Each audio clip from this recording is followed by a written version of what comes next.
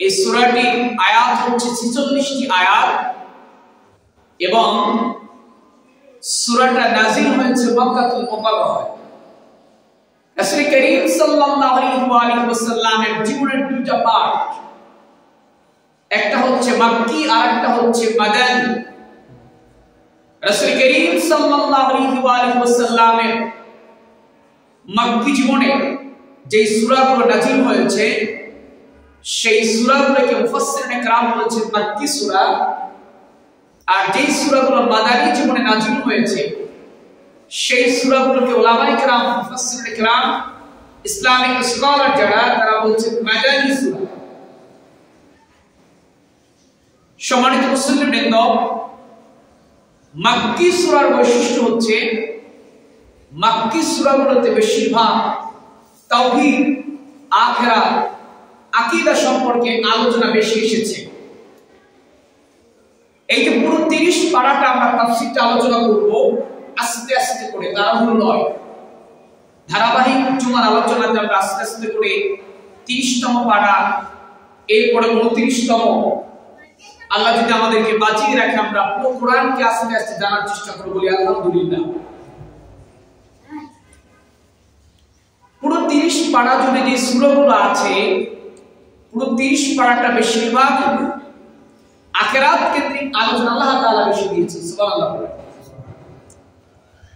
সূরা নাবাতে আমরা শুনেছিলাম যে কিয়ামতটা কেমন করে হবে। এই যে কিয়ামত, আখিরাত হবে, এই আখিরাত সংঘটিত হওয়ার আগে আল্লাহ তাআলা গোটা মানব মণ্ডলীকে আল্লাহ রাব্বুল আলামিন, গোটা প্রাণীকুল যারা আছে রব্বুল আলামিন তাদেরকে ইন্তেকাল করাবেন। ঠিক কিনা বলেন? এমনকি মালাকুল মউত পর্যন্ত তাকেও মৃত্যু স্বাদ গ্রহণ করতে হবে। এরপরে আল্লাহ তাআলা কিয়ামত সংঘটিত করবেন, এর আগে কিন্তু নয়। এই যে মানুষের মধ্যে মুমিন এবং কাফের আছে, খুব খেয়াল দিয়ে শুনবেন। মুমিনের জান কবজ এবং কাফেরের জান কবজ কিন্তু এক কাইফিয়ত, এক ধরন না। আল্লাহ তাআলা সূরা আন-নাজিয়াত এটার মধ্যে আল্লাহ আখিরাত নিয়ে কথা বলেছেন, কিন্তু আখিরাতের চিত্রটা আল্লাহ বলার আগে আল্লাহ তাআলা বলছেন এই দুই শ্রেণীর মানুষের ইন্তেকালটা কেমন করে হবে। আল্লাহ ওই ফেরেশতাদের কসম করেছেন যে এই ফেরেশতারা মানুষের জীবন হরণ করে। রব্বুল আলামিন সূরা আন-নাজিয়াতের প্রথম 5টি আয়াতে রব্বুল আলামিন ফেরেশতাদের কসম করেছেন। রব্বুল আলামিন বলছেন ওয়ান-নাজিআতি গারকা ওয়ান-নাশিতাতি নাশতা ওয়াস-সাবিহাতি সাবহা ফাস-সাবিকাতি সাবকা ফাল-মুদাব্বিরাতি আমরা।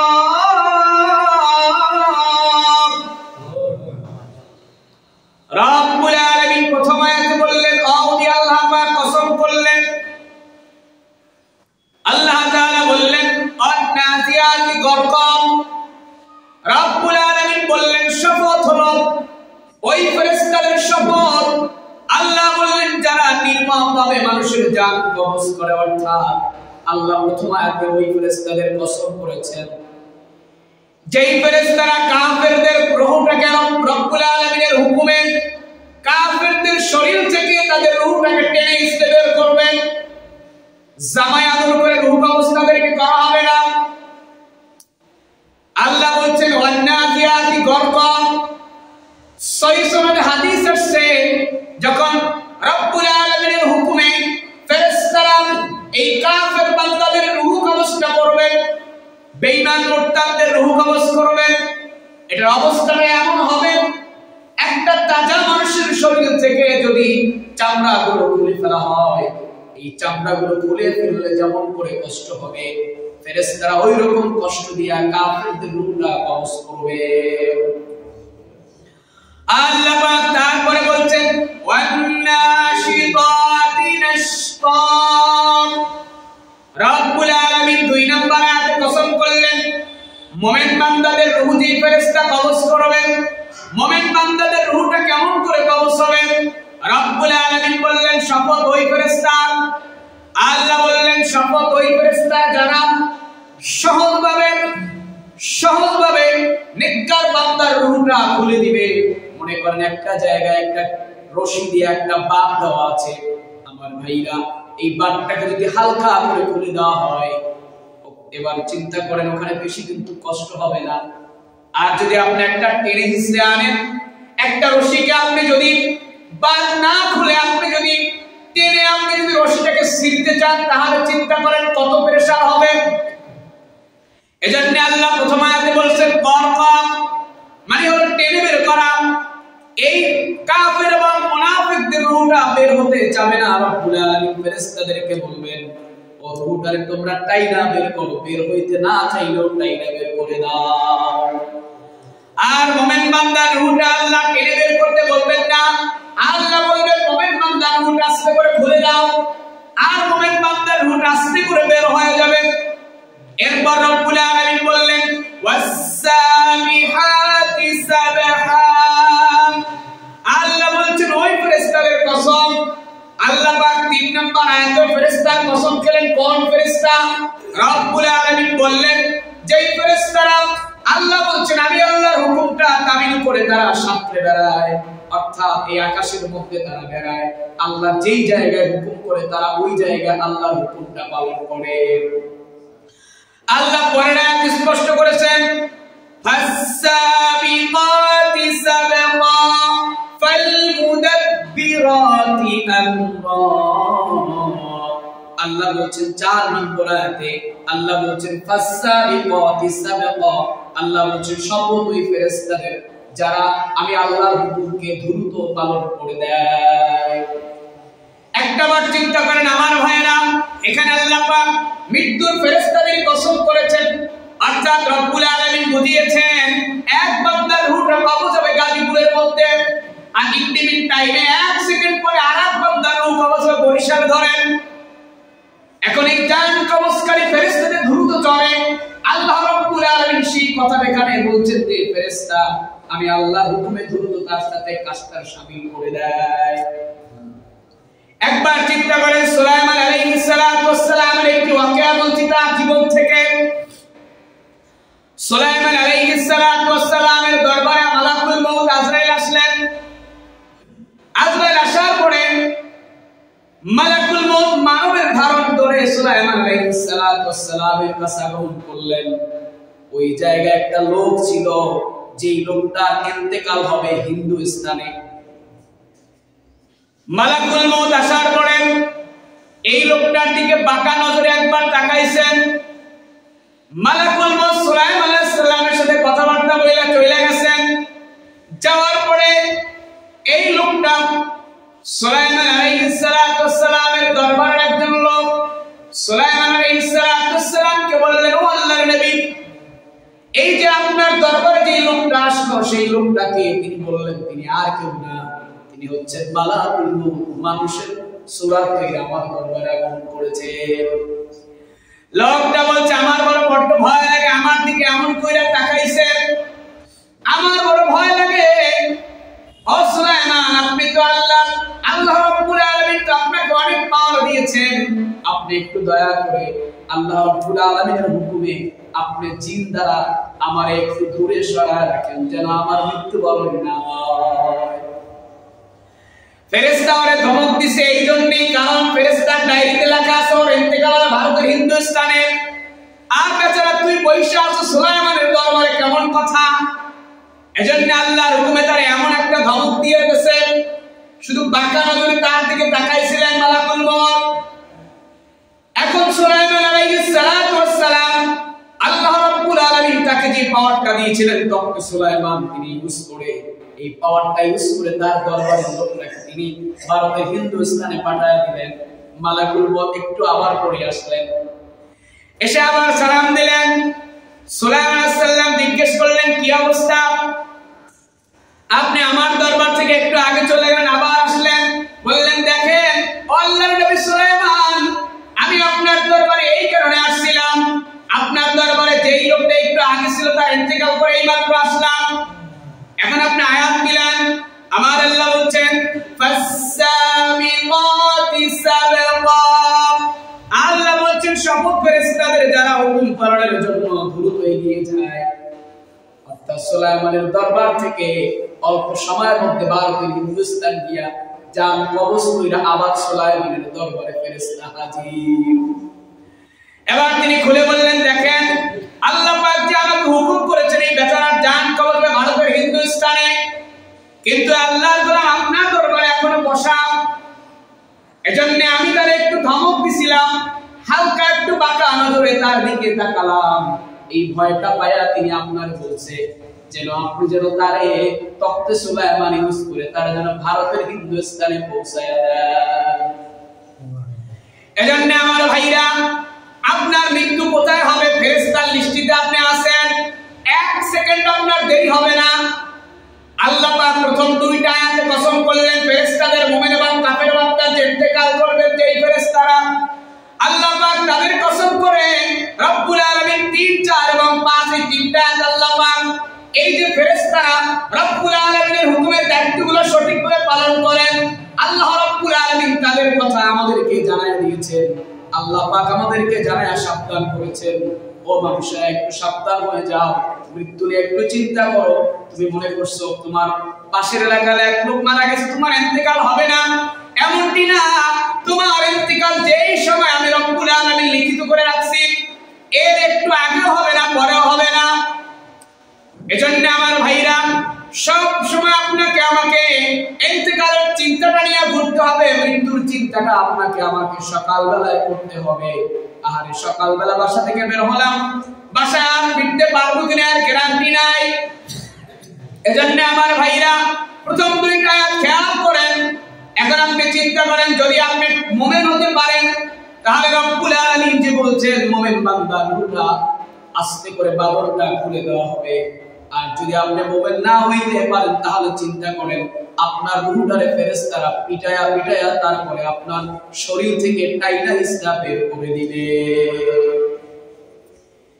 ও আমার ভাইরা, এরপরে 6 নম্বর আয়াত থেকে আল্লাহ রাব্বুল আলামিন কিয়ামতটা কেমন হবে আল্লাহ পাক সেই কথা বললেন।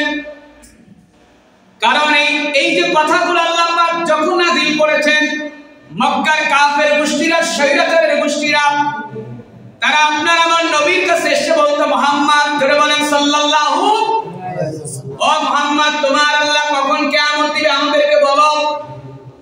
আল্লাহ নবীর কাছে বিভিন্ন প্রশ্ন তারা করত। তারা বলতে ইন্তেকাল আমরা মানি না, আল্লাহ রব আমাদেরকে ইন্তেকাল করাবেন, আবার আমরা পচা গলা মাটির মধ্যে মিশে যাব, আবার কেমন করে আমাদেরকে উঠাবেন এটা আমাদের মাথায় ধরে না। এজন্য আল্লাহ পাক এবার সুন্দর করে বললেন, খেয়াল করুন, রব্বুল আলামিন বলছেন ইয়াউমা তারজুফুর রাজিফা।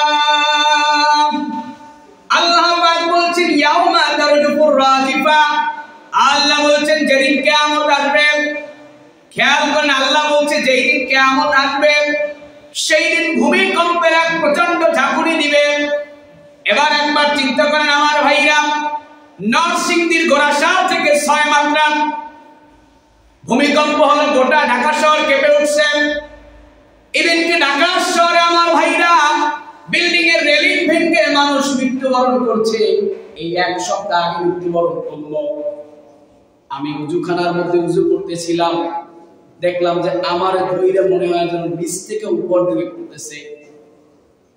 আমি আস্তে করে মাঠের মধ্যে আসলাম।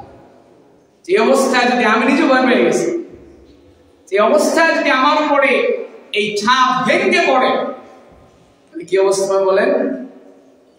সভাপতি সাহেব আমাকে ফোন দিয়া খোঁজ দিলেন, তো হুজুর মাদ্রাসাটা কি আসছে না গেছে। কারণ এই বিল্ডিংটা একটু দুর্বল হওয়ার কারণে তিনি পরক্ষণে আমার ফোন করছে কিছুক্ষণ পরে, বিশাল ভূমিকম্প হলে ঢাকাতে অবস্থা, আমার মাদ্রাসাটা কি আসছে, আপনার কি অবস্থা। আমি বললাম যে আলহামদুলিল্লাহ ভালো আছি। এখন চিন্তা করেন, আসলেই দেখেন যে কি একটা ভূমিকম্প, ঢাকাতে ভূমিকম্পে লোক মারা গেছে, এটা আমি আমার জন্ম হওয়ার পরে প্রথম শুনি। তাই একজন দুইজন কয়েকজন মারা গেছে। এজন্য আমার ভাইরা, এটা রব্বুল আলামিন আপনাকে আমাকে একটা সিগন্যাল দেন। এইরকম কোন একটা দিন শুক্রবারে রব্বুল আলামিন কিয়ামত ঘটাবেন। ঢাকাতে আমার ভাইরা যদি 9 মাত্রার ভূমিকম্প হয়ে যায়, গোটা ঢাকা শহরটা জাপানের মতো ভূমিকম্পে থরথর করবে। আর আমার আল্লাহ বলছেন ইয়াউমা তারজুফুর রাজিফা, একটা ভূমিকম্প আল্লাহ বলছেন কাযবাউ হাররাদিফা, আল্লাহ বলছেন ঝাঁকুনি একটা আসবে, একটা না, একটার পরে আরেকটা ঝাঁকুনি আসবে।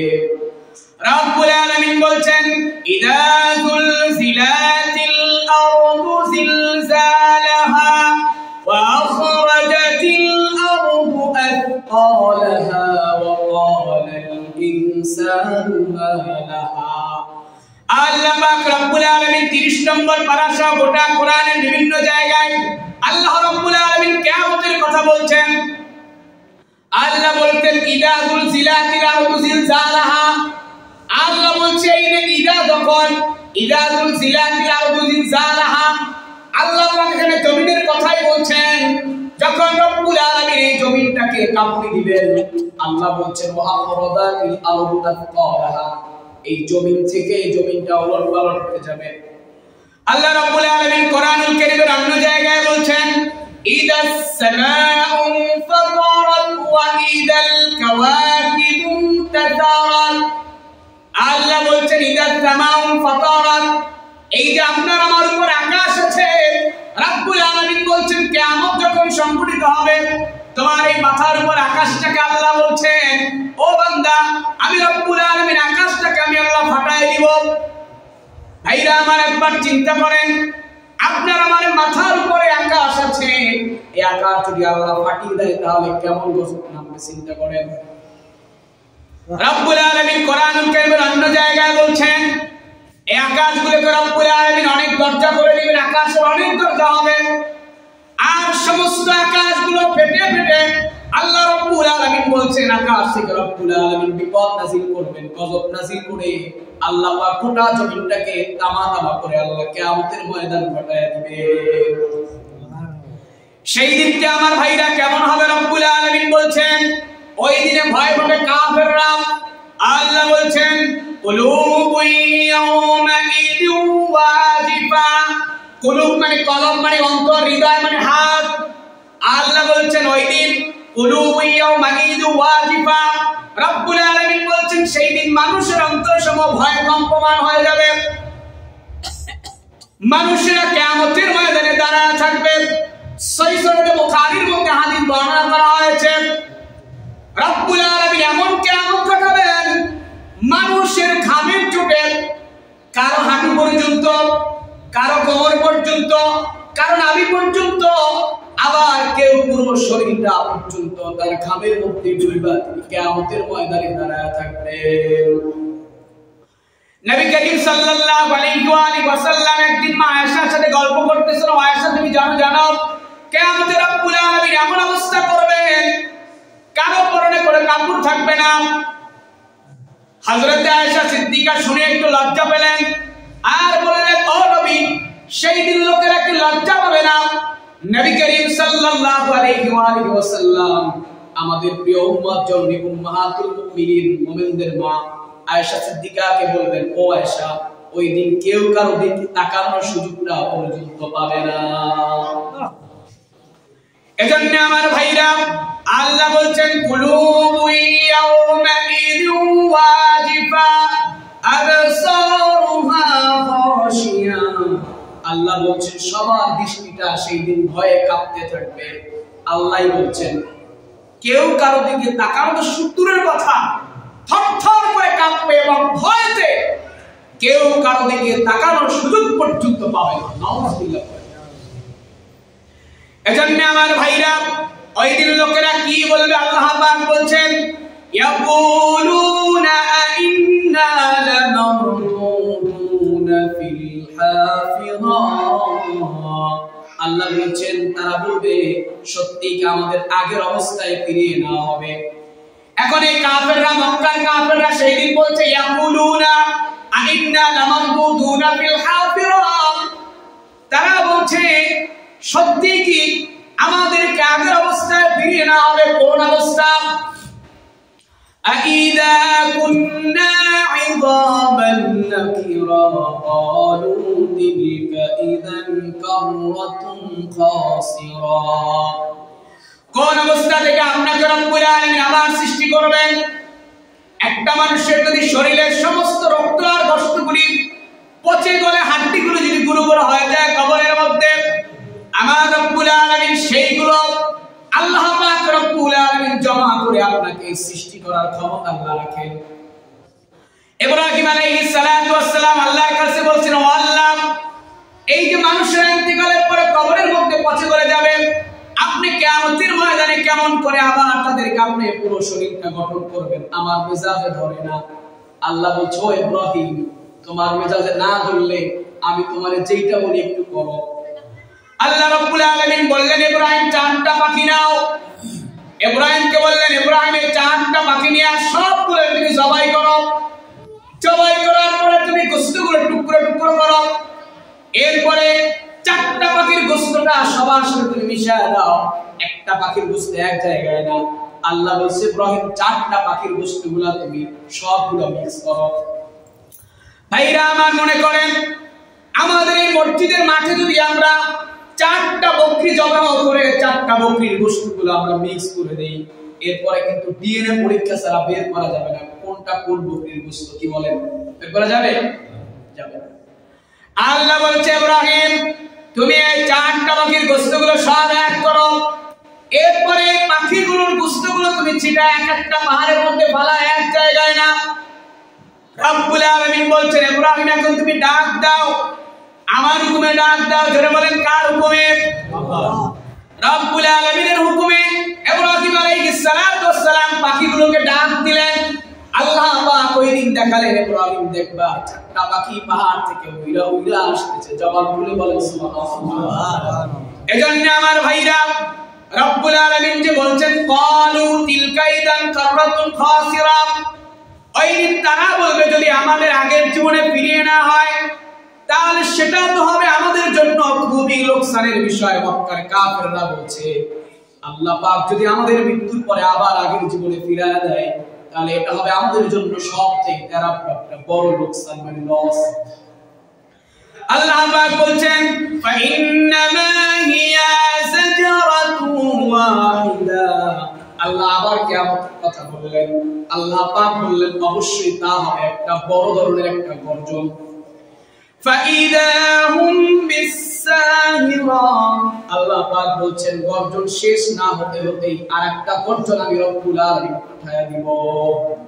ইসরাফিল আলাইহিস সালাতু ওয়াস সালাম, আল্লাহ পাক বলবেন, ইসরাফিল, তোমার ডিউটি তুমি এখন পালন করো। ইসরাফিল আলাইহিস সালাতু ওয়াস সালাম একটা ফু দিবেন, গোটা পৃথিবীটা লণ্ডভণ্ড হয়ে যাবে। আরেকটা ফু দিবেন, গোটা পৃথিবী আবার লণ্ডভণ্ড হয়ে আবার তৈরি হয়ে যাবে।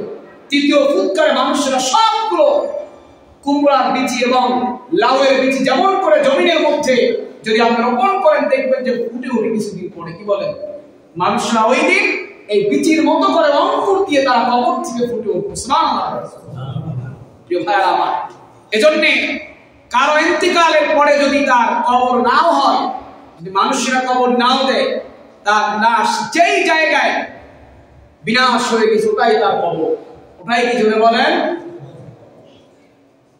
কারো লাশ যদি মেডিকেল সায়েন্স দেওয়া হয়, মেডিকেল স্টুডেন্টকে ইউজ করার জন্য তারা মেডিসিন ইউজ করে এই গোশতগুলোকে তারা গলিয়ে ফেলে, এরপরে তার কঙ্কালকে তারা মেডিকেল স্টুডেন্টরা তারা ইউজ করে। এই লাশের জন্য কিয়ামত আছে না নাই? জোরে বলেন। ওর গোশত ডেরেন দিয়ে যেথায় বুড়িগঙ্গায় পড়ুক আর পদ্মায় পড়ুক, ওকে রব্বুল আলামিন কিয়ামতের ময়দানে ঠিক আল্লাহ পাক ওকে জীবিত করবেন। সুবহানাল্লাহ। এজন্য আমার ভাইরা, মক্কার কাফেররা যখন এই কিয়ামতকে অস্বীকার করতে লাগলো, এখন আপনি বলবেন, হুজুর মক্কার কাফের তো আর এই গাজীপুরের মধ্যে নাই। ভাইরা আমার, কাফের না থাকলেও কাফেরের চরিত্র আছে না নাই? জোরে বলেন। আছে। ভাইরা আমার, কাফেরদের চরিত্র হলো কিয়ামতকে অস্বীকার করা। এই যে আমরা নামাজের মধ্যে বলি মালিক ইয়াউমিদ্দিন, বিচার দিনের মালিক বলে আমরা আল্লাহ রাব্বুল আলামিনকে, নামাজের মধ্যে আমরা বলি ঠিকই, কিন্তু কাজে কর্মে আমরা এই যে বিচার দিনটা আছে, একটা বিচার হবে, এটা অনেকেই মানে না। কেমন করে মানে না আমার ভাইরা চিন্তা করেন। একজন বাউল তিনি আল্লাহ রাব্বুল আলামিনকে সরাসরি অস্বীকার করলেন, আর সে তার পক্ষে এখন বিভিন্ন জায়গা থেকে অনেকে স্লোগান দেয়। মনে রাখবেন, যে ব্যক্তি আমার রব্বুল আলামিনকে অস্বীকার করার পরে তাকে কোর্ট, তাকে আইন তার বিরুদ্ধে জারি করে তারে ধরলো, এরপরে আবার যারা তার পক্ষে স্লোগান দেয়, মনে রাখবেন তারা যারা আল্লাহকে মানে না, তারা আখিরাতকেও তারা মানে না। এজন্য আমার ভাইরা, মক্কার কাফেররা যখন কিয়ামতকে অস্বীকার করতে লাগলো, আল্লাহ পাক রব্বুল আলামিন আপনার আমার নবীকে বললেন, ও নবী, আপনি তাদেরকে জানায়া দেন, এই যে মুসা আলাইহিস সালাতু ওয়াস সালামকে আমি রব্বুল আলামিন ফেরাউনের কাছে দাওয়াত দেওয়ার জন্য পাঠালাম। ফেরাউনকে দাওয়াত দিল মুসা, মুসার দাওয়াতকে ফেরাউনের গোষ্ঠীরা অস্বীকার করার পরে আমি রব্বুল আলামিন তাদেরকে যেমন অবস্থা করলাম, আপনার উম্মতেরা, আমার বান্দারা যারা আমি আল্লাহর এই দাওয়াত, আমি আল্লাহর আখিরাতকে যারা মানবে না, তাদের অবস্থাটাও আমি রব্বুল আলামিন তেমন করে দেব। এটা একটু বুঝালাম কেন, দেখেন আল্লাহ পাক রব্বুল আলামিন প্রথম 5টা আয়াত খেয়াল করেন। প্রথম 5টা আয়াত রব্বুল আলামিন বললেন ওয়ান্নাজিয়াতি গরকা ওয়ান্নাশিতাতি নাশতা ওয়াসসাবিহাতি সাবহা। আল্লাহ পাক রব্বুল আলামিন সূরা আন-নাজিয়াতের প্রথম 5টা আয়াত রব্বুল আলামিন 5 ধরনের ফেরেশতার কসম করলেন। এরপরে আল্লাহ পাক কিয়ামতের অবস্থাটা কেমন হবে সেটা আল্লাহ বললেন। কিন্তু এর মাঝে আল্লাহ পাক আবার কেন মুসা এবং ফিরাউনের গল্প শেয়ার করলেন, বোঝার জন্য বলছি। আল্লাহ পাক তো ইচ্ছা করলে ধারাবাহিক কিয়ামতের কথা বলতে পারতেন, কিন্তু রব্বুল আলামিন মাঝখানে আবার মুসা এবং ফিরাউনের গল্প আল্লাহ পাক কেন আমাদেরকে শেয়ার করলেন? এখান থেকে আল্লাহ পাক আমাদেরকে শিক্ষা দিলেন, ও আমার বান্দারা, তোমরাও যদি আমার নবীর দাওয়াতকে না মানো, আখিরাতকে না মানো, তাহলে তোমাদের অবস্থা শৈরাচার ফেরাউনের মতো আমি আল্লাহ করে দেব। রব্বুল আলামিন বললেন, হাল আতাকা হাদিসু মূসা ইয নাদাহু রাব্বুহু বিল ওয়াদিল মুকদ্দাসি তুওয়া। আল্লাহ পাক বললেন, হাল আতাকা হাদিসু মূসা। রব্বুল আলামিন বললেন, হে নবী, হাল তোমার কাছে কি মুসার কাহিনী পৌঁছেছে? আল্লাহ পাক বললেন, হাদিসু মূসা মানে মুসার কাহিনী। মুসার কি কাহিনী? আল্লাহ পাক বললেন, ইযনাদাহু রাব্বুহু বিল ওয়াদিল মুকদ্দাসি তুওয়া। আল্লাহ পাক বললেন, আমি রব্বুল আলামিন যখন মুসাকে তুয়া উপত্যকায় ডেকে বলেছিলাম, আল্লাহ বলছেন ঈদ, তখন ইযনাদাহু রাব্বুহু বিল ওয়াদিল মুকদ্দাসি তুওয়া। আল্লাহ পাক বললেন, আমি রব্বুল আলামিন যখন মুসাকে আমি আল্লাহ পাক পাহাড়ে মানে তুয়া উপত্যকায় ডেকে আল্লাহ পাক বলছেন, আল্লাহ পাক তাকে কিতাব দিলেন এবং বললেন, ইযহাব, তুমি যাও, ইযহাব ইলা ফিরাউনা। আল্লাহ পাক মুসাকে বললেন, ও মুসা, ইযহাব ইলা ফিরাউনা ইন্নাহু তাগা। আল্লাহ পাক মুসাকে বললেন, ও মুসা, তুমি ফিরাউনের কাছে যাও, কারণ তিনি কি করেছেন, ইন্নাহু তাগা। আল্লাহ পাক বলছেন তগা মানে অবাধ্য করা। রব্বুল আলামিন বলছেন, ও মুসা, এই রাষ্ট্রের মধ্যে আমি রব্বুল আলামিনের আইনকে মানে না, আমি আল্লাহ তাআলার কিতাবকে মানে না, শয়তান ফিরাউনের কাছে তুমি যায় দাওয়াত দাও তারে। আল্লাহ পাক বললেন, তুমি যায় তারে দাওয়াত দাও। আল্লাহ পাক এবার দাওয়াতের ভাষাটাও শিক্ষা দিলেন। আল্লাহ পাক বললেন, ফাকুল হাল্লাকা ইলা আন তাযাক্কা। আল্লাহ পাক রব্বুল আলামিন তার নবী মুসাকে আল্লাহ পাক আদর করে শিখায়া দিচ্ছেন, ও মুসা, তুমি তাকে জিজ্ঞেস করো, ও ফেরাউন, তুমি কি ঈমান এনে পবিত্র হতে চাও? আল্লাহ পাক তার নবীকে বলছে, মুসা, দাওয়াত যে দিবা, এটা আমি তোমার একটু শিখাই দিই। সুবহানাল্লাহ বলেন। আল্লাহ পাক বললেন, ফাকুল হাল্লাকা ইলা আন তাযাক্কা। যাক্কা ইউযাক্কি মানে পবিত্র করা। কদ আফলাহা মান যাক্কা, অর্থাৎ নিজেকে পরিশুদ্ধ করা। সফল হয়েছে তারা যারা তাদের কলবকে পরিশুদ্ধ করছেন। আল্লাহ পাক এই জায়গায় এখানে তাযাক্কা ইউজ করেছেন, মানে হচ্ছে আল্লাহ পাক মুসাকে বলছে, ও মুসা তুমি ফেরাউনকে দাওয়াত দাও, ফেরাউন কি তার ঈমান গ্রহণ করে, আমি আল্লাহর উপর ঈমান গ্রহণ করে ফেরাউন কি তার অন্তরকে পরিশুদ্ধ করবে কিনা। এই যে আমার ভাইরা আউলিয়া কিরাম দাওয়াত দেয়, কলমের দাওয়াত দেয়, অর্থাৎ জিকিরের মাধ্যমে আউলিয়া কিরামকে বলে লা ইলাহা ইল্লাল্লাহ, আল্লাহ আল্লাহ জিকির করবেন। এই দাওয়াতটা আউলিয়া কিরামের নিজের বানানো দাওয়াত না। আল্লাহ পাক কোরআনে অনেক জায়গায় রব্বুল আলামিন বলছেন, قد أفلح من تزكى وذكر اسم ربه فصلى। আল্লাহ পাক সূরা মুমিনুনের মধ্যে বলছেন, যারা সফল হলো তারা যারা তার নিজের অন্তরকে পরিশুদ্ধ করছেন। আবার দেখেন রব্বুল আলামিন মুসা আলাইহিস সালামকে ফেরাউনের কাছে পাঠাবেন।